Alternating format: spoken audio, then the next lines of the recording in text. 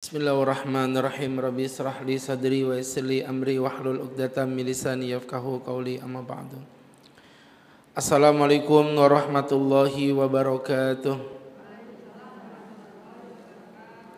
Alhamdulillahilladzi ghamara safwata ibadihi bila ta'ifi taksisin taulan wa amtinana wa allafa baina qulubina fa asbahna bi ni'matihi ikhwana wa naza'al ghilla min sudurina fadilna fid dunya asdiqa wa ikhwana wa fil akhirati rufaqa wa khillana. Allahumma salli wa sallim wa barik ala rasulillah sayyidina wa maulana wa habibina Muhammadin wa ala alihi wa sahbihi wa man tabi'ahum bi ihsanin qaulan wa fi'lan wa adalan ila yaumil qiyamah. Yaqulullahu ta'ala fi kitabihil karim wa huwa asdaqul qailin biqaulihi a'udzu billahi minasy syaithanir rajim ya ayyuhalladzina amanu ittaqullaha haqqa tuqatih wa la tamutunna illa wa antum muslimun. Wa yaqulu ayyudha ya ayyuhalladzina amanu ittaqullaha wa qulu qawlan sadida yuslih lakum a'malakum wa yaghfir lakum dhunubakum wa may yuti'illaha wa rasulahu faqad faza fauzan azima. Hadirin hadirat jamaah kaum muslimin wal muslimat, jamaah kajian rutin Masjid Jami' Jabalus Salam yang berbahagia.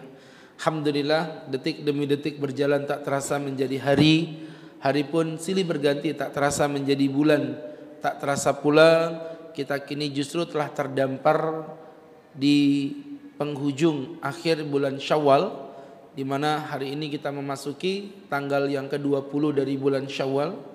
Dan tentu ini merupakan suatu momen yang penuh berkah ya, di mana alhamdulillah ya, tidak terasa Syawal yang baru rasa kita temukan Idnya pada beberapa waktu yang lalu, kini justru akan terbenam dan akan berganti menjadi bulan Dzulqa'dah.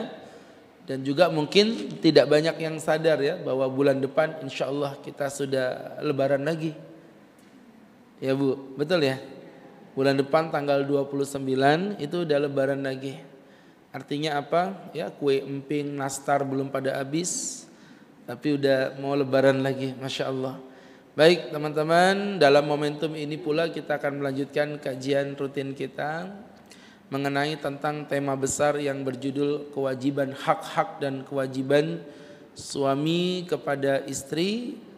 Ya, maka seperti yang Ustadz sampaikan di awal, pada hakikatnya sebenarnya kewajiban ini adalah timbal balik. Apa yang diwajibkan kepada istri otomatis menjadi hak bagi seorang suami, dan apa yang diwajibkan Allah kepada suami otomatis itu akan menjadi hak bagi seorang istri. Begitu Bu ya. Maka sebenarnya keadilan itu nyata ya, artinya seperti yang Allah katakan, walahunna mislul ladzi alaihinna bil ma'ruf. Walahunna, dan haknya ibu, mislul ladzi alaihinna, seperti apa yang dibebankan kepada ibu, yang diwajibkan kepada ibu. Jadi kalau kita bicara tentang hak dan kewajiban itu akan selalu sama. Cuman sama itu kan gak mesti dalam hitungan nominal angkanya Bu. Makanya kalau laki perempuan kewajibannya beda-beda. Contoh, laki-laki diwajibkan mencari nafkah, perempuan gak wajib mencari nafkah, tapi perempuan wajib untuk berkhidmah. Itu dalam sudut pandang Islam adil. Karena kalau dua-duanya disuruh mencari nafkah, itu justru gak adil Bu. Loh, mohon maaf, adil itu gak mesti sama loh Bu. Contoh, ibu punya anak, satu laki satu perempuan, anak kembar, umurnya sama tapi jenis kelaminnya berbeda. Terus ibu suruh sama-sama ngangkat beras satu sak. Anak laki ngangkat beras satu sak, anak perempuan ngangkat beras satu sak. Menurut ibu itu adil apa enggak? Tidak.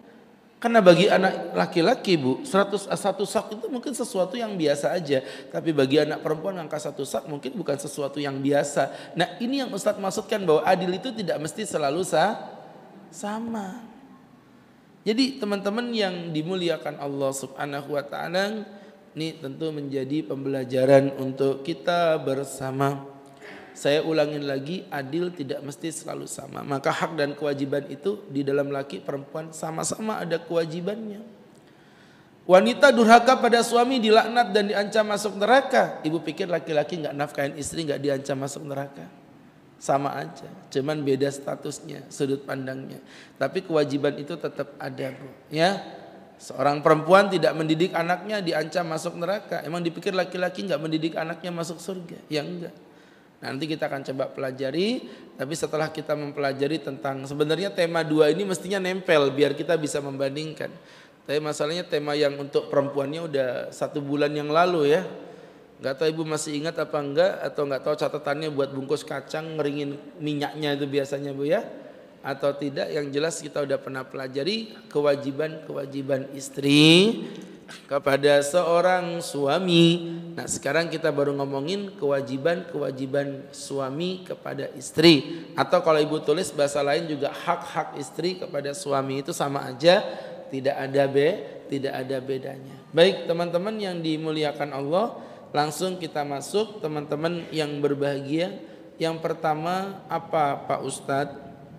Yang pertama apa Pak Ustadz? Pak Ustadz apa yang pertama? Yang pertama apa Pak Ustadz? Ya, jadi yang pertama itu adalah muasyarah bil ma'ruf. Muasyarah bil ma'ruf. Ibu pernah dengar nggak kata-kata itu Bu? Kata-kata muasyarah bil ma'ruf. Aduh ibu, Bu, nanti pulang ambil buku nikahnya masing-masing. Nggak tahu buku nikahnya masih ada nggak sih? Jangan-jangan udah lupa naruh di mana nih? Ayo. Hah? Jangan-jangan ibu udah lupa naruhnya di mana? Saya nggak yakin itu ya. Jadi teman-teman, buku nikahnya ibu buka di halaman paling belakang 1 lembar sebelum terakhir sebelah kiri. Yang di situ ada namanya sighat ta'liq. Ya, sighat ta'liq itu ada kata-kata muasyarah bil ma'ruf bismillahirrahmanirrahim. Sesudah akad nikah ini, maka saya yang bertanda tangan di bawah ini Agus Khairul Huda berjanji mencintai istri saya yang bernama Ayu Ting Ting. Dan jika ceritanya dan saya berjanji untuk menggaulinya dengan cara yang baik, buka kurung tutup kurung, muasyarah bil ma'ruf. Ada kata-kata begitu, Bu. Jadi poin pertama kewajiban suami kepada istri itu namanya muasyarah bil ma'ruf. Dan muasyarah bil ma'ruf menggauli istri dengan cara yang bijak. Sebelum saya masuk ke dalam pembahasan kenapa kata-katanya bil ma'ruf dengan cara yang bijak. Mohon maaf ibu-ibu, bijak itu fleksibel. Bijak itu tidak bisa dinominalkan dengan angka, Bu. Saya ulangin lagi, bijak itu tidak bisa dinominalkan dengan angka. Makanya mohon maaf ibu-ibu, Ustadz mau tanya sama ibu, kalau ibu kepalanya dijendulin sama suami gini Bu, menurut ibu tuh cinta atau pelecehan? Pelecehan ya? Oke. Kalau pantat ibu ditoel sama suami Bu, itu cinta atau pelecehan? Allah, minta tambah kok ya. Ya Bu. Pantatnya ditoel sama suami itu cinta apa pelecehan Bu? Iya, genit itu cinta. Susah amat ngomong cinta sih, ya Allah. Oke, itu tadi yang pertama ya, jelas. Kemudian kalau misalnya orang Arab, ternyata beda. Bagi orang Arab, jendulin kepala itu cinta. Ya, dijendulin begini tuh, kamu ayah apa aja sih gitu. Dan Ustadz dulu waktu di Yaman tuh, almarhum bapak ibu pernah datang ke Yaman. Ketika saya di Yaman, saya ketemu teman dekat saya, ya akhi wainak masyufa, kepalanya seginiin, ente kita gitu. Bapak saya langsung nyubit pantat saya, sini, gak sopan kamu tuh sama orang. Loh kalau di Yaman ini yang kayak begini Pak, ini hormat. Cinta, maksudnya saudara dekat, merasa dekat itu kepala dijendulin. Tapi kalau dibalik, pantatnya yang ditoel, kelahi memang itu Bu. kelahi orang Arab walaupun suaminya. Artinya Noel tuh beda dengan, mohon maaf, berhubungan seks itu memang beda tepat ya. Ini maksudnya Noel bercandaan gini-gini tuh, itu kayak pelecehan terhadap seksualitas wanita. Sekarang saya mau tanya ibu-ibu, budaya yang berbeda begini ya, gimana coba? Ya saya bilang memang adatnya beda, mau gimana lagi, sudut pandangnya otomatis berbeda. Ya Bu ya, saya pernah diomelin orang Arab, apa sih Indonesia ini kepala dijendulin gini aja marah, kenapa? Ya sama juga kamu, kenapa pantatmu dijendulin aja kok marah? Ya, saya emosi lah Bu sebagai warga Indonesia yang baik, nasionalisme.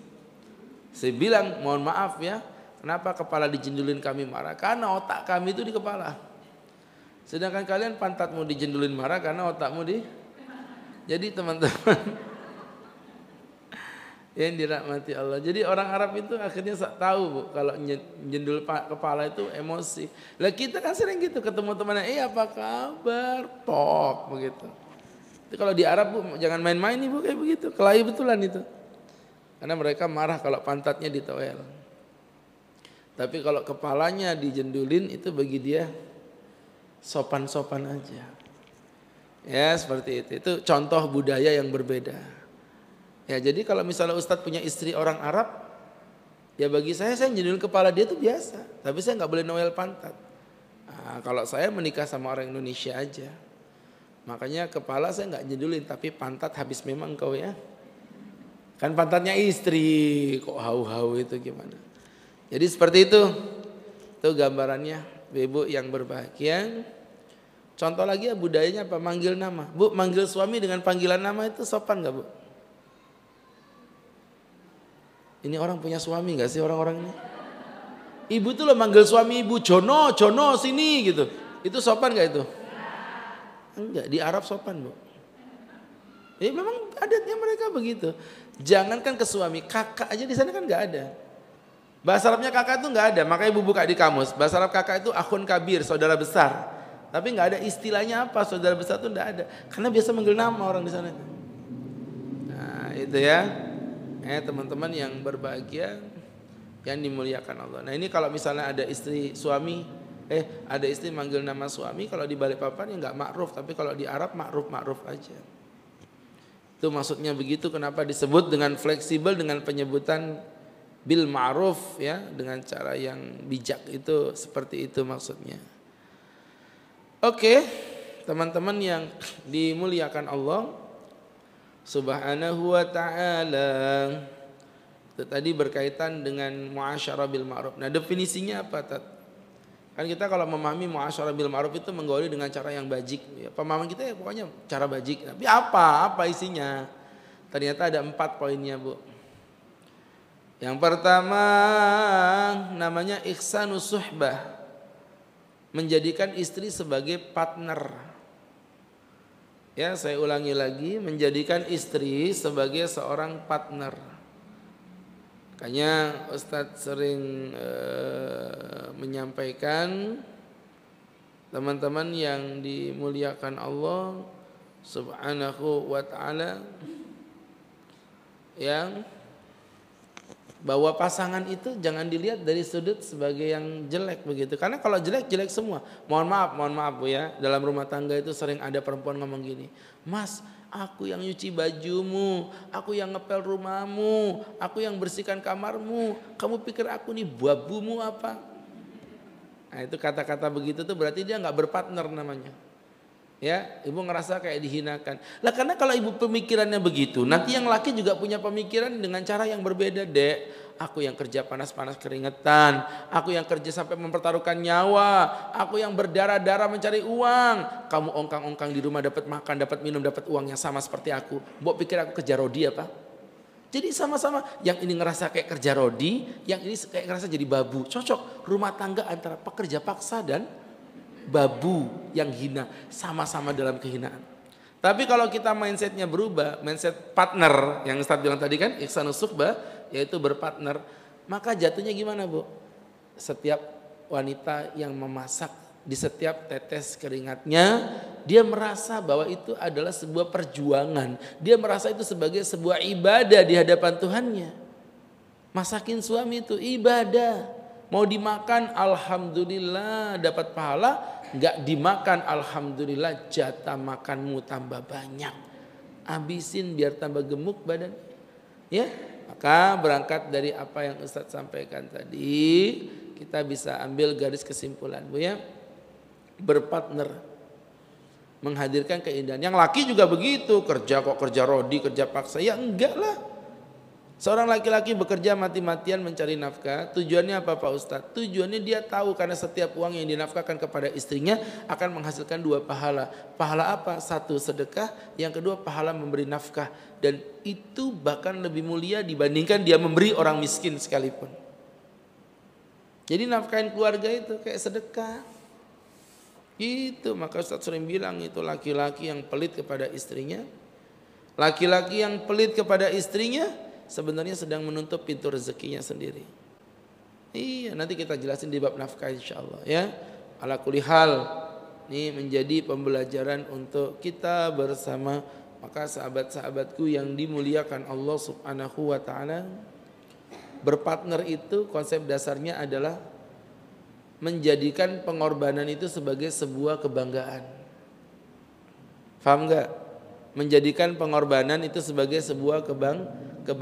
Istrinya bangga berkorban masak yang lezat untuk istrinya, suaminya juga bangga berkorban walaupun dia mempertaruhkan nyawanya demi membahagiakan istrinya. Masya Allah.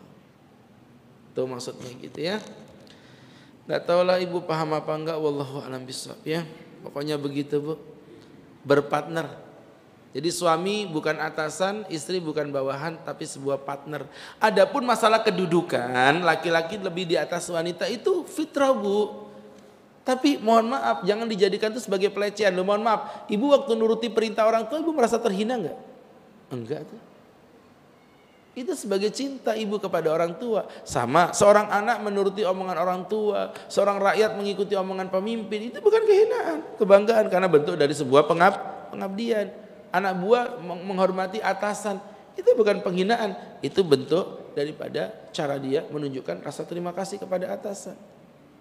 Maka begitu pula seorang istri ketika berkhidmat kepada suami itu bukan penghinaan, tapi itu bentuk kemuliaan dalam bentuk pengabdian. Ya, yang pertama tadi Ustaz bilang ihsanus suhbah ya. Ayo jadikan pasangan sebagai partner sejati. Yang perempuan kalau punya bakat dagang, bantu-bantu cari nafkah, nggak apa-apa. Ya, yang penting jangan mengurangi hak kewajiban ibu di luar. Sekarang kan banyak dagang online. Loh Bu, mohon maaf ya, saya pernah cerita juga sama ibu kok seingat saya itu ya. Ada perempuan yang sedih suaminya kerja di kapal. Karena pulangnya berbulan-bulan, paling berapa 1 bulan, nanti berangkat bulan 6 bulan. Si perempuan ini nggak tinggal diam, nggak cuma ngomel-ngomel aja, tapi dia kemudian membuat bisnis usaha baju online. Dan sekarang dia punya penghasilan per bulan 300 juta. Suaminya disuruh berhenti dari kerja. Dan dia sekarang Masya Allah justru menjadi pemasukan tertinggi dalam keluarga. Dia nggak kemana-mana, dia di rumah aja. Ya, maka dari situ Ustaz bilang, ibu punya kemampuan apa? Dagangan apa? Ibu bisa apa sih Bu? Kayak nggak bisa apa-apa begitu ya. Bisa apa? Misalnya buat Salome frozen. Ya, lo Salome Balikpapan. Ya, Salomenya namanya Salome surprise. Kenapa? Karena nggak ada yang tahu isinya apa. Ada yang isinya daging, isinya keju. Jadi waktu gigit itu ada sensasi. Ada yang isinya lombok, ya kan? Ada yang isinya batu kerikil. Ada apa gitu. Jadi makan itu pelan-pelan. Ada sensasi kenikmatan yang luar biasa. Bahkan ada yang isinya itu kupon berhadiah umroh, ya. Pakai Abutur Travel, ya. Tahu Abutur Bu? Sudah bangkrut Bu, ya. Gitu ya, jelas ya. Jadi yang kreatif Bu, dagang apa kayak gitu. Bantu suami bagus. Dan seorang suami juga gak usah malu bantuin istri. Saya pernah Bu, itu istri lagi nyuci di dalam, kemudian cuciannya itu tumpah, jadi dia ngepel. Saya lagi nganggur nonton TV, saya ambil bajunya, saya jemurin di luar, dia di dalam ngepel. Ada ibu-ibu pengajian 4 orang lewat depan rumah saya, ngelihat saya itu jemur baju, dia gini, astagfirullah. Ustadz jemur baju. Bu, pikir aku nih berzina apa? Astagfirullah. Aku tendang memang baru tahu rasa. Astagfirullah apa? Dosa apa aku ini? Enggak Ustadz kok jemur baju. Bu, kalau saya jemur baju, istri saya lagi ngepel di dalam rumah, itu namanya kerjasama. Tapi kalau saya jemur baju, istri saya lagi main HP, itu namanya kurang ajar. Nah, ketepatan istri saya lagi ngepel, Bu. Tadi pas ngangkat baju, tumpah bajunya. Itu nggak usah malu-malu. Ya, seperti itu. Jadi teman-teman yang dimuliakan Allah Subhanahu wa taala. Baik. Itu yang pertama. Yang kedua, kaful adza. Menahan diri untuk menyakiti. Ya, menahan diri untuk menyakiti. Jadi nggak bisa Anda muasyarah bil ma'ruf kalau Anda masih suka menyakiti pasangan. Menahan diri dari menyakiti. Menyakiti apa, Tat? Menyakiti baik secara physically atau secara psikisly. Fisik contohnya dengan memukul. Kekerasan dalam rumah tangga. Hati-hati, Bu. Ya, teman-teman yang berbahagia. Terus secara fisik nanti ada batasannya, nanti ada penjelasan, tenang aja, ini kan masih global ya. Jadi menyakiti secara fisik itu tidak diperbolehkan. Kan di dalam sigot ta'liq itu ada kata-kata, dan saya berjanji tidak menyakiti istri saya, ada kata-kata seperti itu dan semisalnya. Jadi nggak boleh. Ya, wanita itu diciptakan Tuhan bukan untuk disakiti, tapi dia diciptakan untuk dicintai. Maka hargai wanita. Jangan kau permainkan, karena wanita bukan layang-layang yang bisa kau lepas dan kau tarik sesuka hatimu. Jadi teman-teman, Ibu ngerti gak sih yang saya omongin tadi itu? Susah ya ngomong sama nenek-nenek begini nih ya. Kalau anak muda gitu cie gitu, kalau di sini apa? Jadi teman-teman yang berbahagia, yang dimuliakan Allah Subhanahu wa ta'ala, itu berkaitan tadi dengan muasyarah bil ma'ruf, yaitu menggauli diri dengan cara yang baik. Yang kedua, kaful adza, mencegah diri untuk tidak menyakiti orang lain. Ya, teman-teman yang dimuliakan Allah Subhanahu wa ta'ala. Tadi secara fisik atau secara psikis sama, ada juga secara psikis itu, Bu, disakiti secara psikis. Manggil istri dengan panggilan hewan. Dasar kamu ya ANJING, kucing.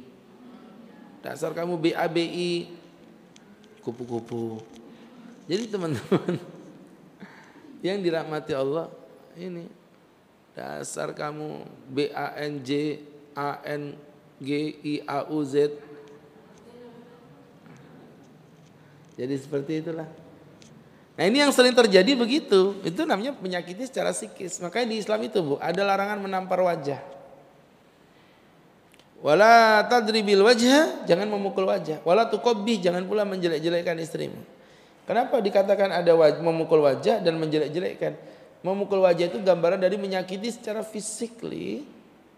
Sedangkan menjelek-jelekkan istri itu adalah menyakiti secara psikis. Makanya mohon maaf ya, saya sering bilang suami-suami jangan sembarangan membandingkan istri dengan wanita lain. Itu tindakan bodoh. Tidak boleh membanding-bandingkan istri dengan wanita lain. Kamu tuh ya beda sama perempuan yang itu, kamu tuh beda sama yang itu dia tuh begini-begini. Itu nggak boleh kayak gitu. Itu menyakiti secara psikis, apalagi dengan mantan. Misalnya pernah nikah sama perempuan terus cerai. Aduh, beda kamu sama istriku yang pertama. Ya, seperti itu. Nah, ini kata-kata yang begini ini dihindari, tidak diperbolehkan. Kenapa? Karena itu bisa menyebabkan ada psikis yang sakit. Ada luka tapi tak berdarah. Jadi ibu-ibu maksudnya keselau, Bu. Jadi sahabat-sahabatku yang berbahagia, yang dimuliakan Allah, nggak boleh ngejelek-jelekin istri, nggak boleh. Walaupun jelek betulan. Ya, katakan istriku cantik, meskipun itu fitnah. Ya, seperti itu. Teman-teman yang dimuliakan Allah Subhanahu wa ta'ala. Ala kulli hal. Jamaah yang dirahmati Allah. Itu yang kedua. Yang ketiga, adamu mutilul hukuk ma'al qudrah. Tidak meninggalkan hak-hak pasangan sedangkan dia dalam kondisi mampu. Ya, tidak meninggalkan atau melalaikan hak-hak pasangan sedangkan dia dalam kondisi mampu. Jadi gini contohnya, misalnya sebagai seorang laki-laki kita punya kewajiban untuk memberi nafkah. Ada laki-laki tidak mau menafkahi istrinya. Lah kalau dia tidak menafkahi istri dikarenakan ketidakmampuannya, itu beda. Tapi ini kan enggak, makanya kemarin tadi yang tanya, Tat, apa ya hukumnya kalau saya punya suami tapi suami saya itu enggak kerja, pengangguran. Saya bilang tergantung Mbak, penganggurannya itu motifnya apa. Kalau dia nganggur, motifnya itu begini Bu, oh iya saya itu sudah cari kerja tapi belum dapat. Yang kayak begitu berarti Ibu coba untuk mensupport dia. Tapi beda kalau ada orang yang memang tidak kerja itu dikarenakan memang apa Bu ya? Nganggur itu it's my life. Jadi bagi dia itu nganggur itu adalah hobi. Loh laki-laki itu normalnya kalau nganggur itu menderita. Ya pas pandemi itu lontang-lantung di rumah itu menyiksa.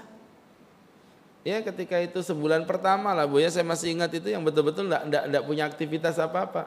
Sebulan pertama. Kenapa Pak Ustadz? Ya karena belum tahu caranya gimana. Beda nanti setelah pandemi itu, memang pandemi itu 2 tahun lebih, tapi sejujurnya yang betul-betul mengikat itu di sebulan pertama itu betul-betul kita nggak bisa apa-apa. Ya teman-teman yang berbahagia, yang dimuliakan Allah. Tapi ada laki-laki nganggur tuh malah bahagia. Kerjaannya ngopi, ngobrol, tidur. Ya. Yang kayak begitu itu boleh digugat Pak Ustadz, boleh. Karena dia telah menelantarkan kewajibannya kepada istri, ya. Maka apabila dia digugat boleh. Tapi kalau dia nganggurnya karena keadaan, dia udah mencari kerja. Pulang-pulang deh, maafin abang, kenapa bang? Abang belum dapat kerja deh, nggak apa-apa bang. Melihat wajahmu pun adalah anugerah terindah yang diberikan Allah kepadaku.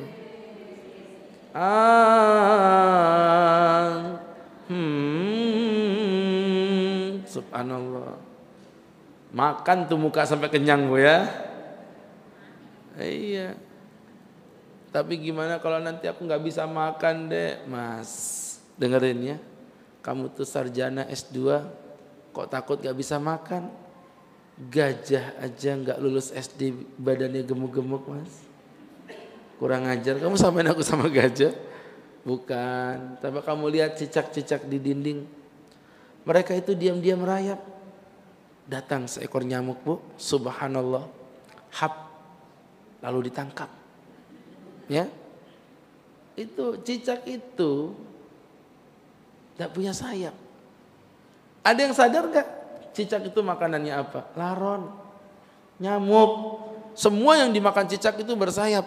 Tapi cicaknya tidak punya sayap. Logika manapun akan mengatakan cicak bakal mati kelaparan. Tapi ibu lihat cicak, bahagia aja tuh.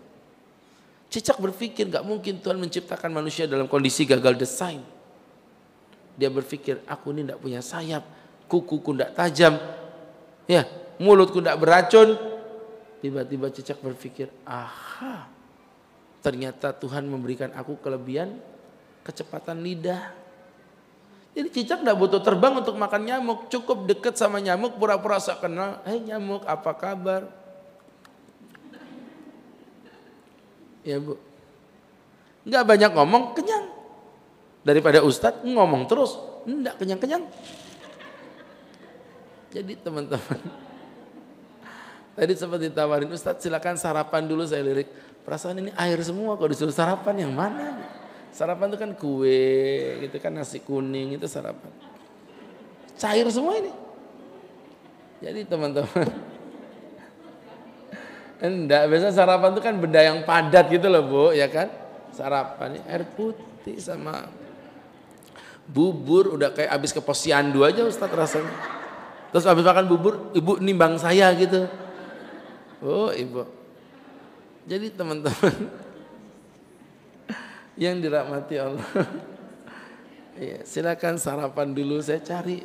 Tadi sempat husnudzon, mungkin ini bubur ayam saya pikir. Ternyata bubur apa nih? Kacang hijau kan Bu? Jadi Masya Allah. Ya.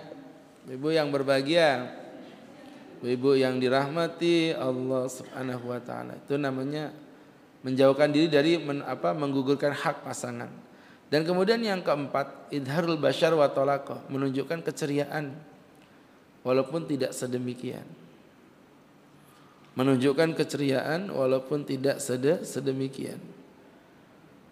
Mohon maaf ya Bu ya. Dalam dunia retorika sebagai orang yang terjun di dunia entertain itu punya kaidah Bu. Profesionalisme sebagai seorang entertain, apabila udah di depan TV, di depan audiens, maka apapun wujudnya, apapun bentuknya, dia akan selalu tampak penuh kebahagiaan. Ya? Walaupun dalam kondisi sedih. Kenapa Bu? Itu namanya profesionalisme. Dan ini tidak mudah, itu hanya artis yang bisa melakukannya. Dan hebatnya semua istri di depan suami bagaikan artis yang memainkan perannya. Suami juga sama. Makanya bagi suami itu sering saya bilang tuh, jangan pernah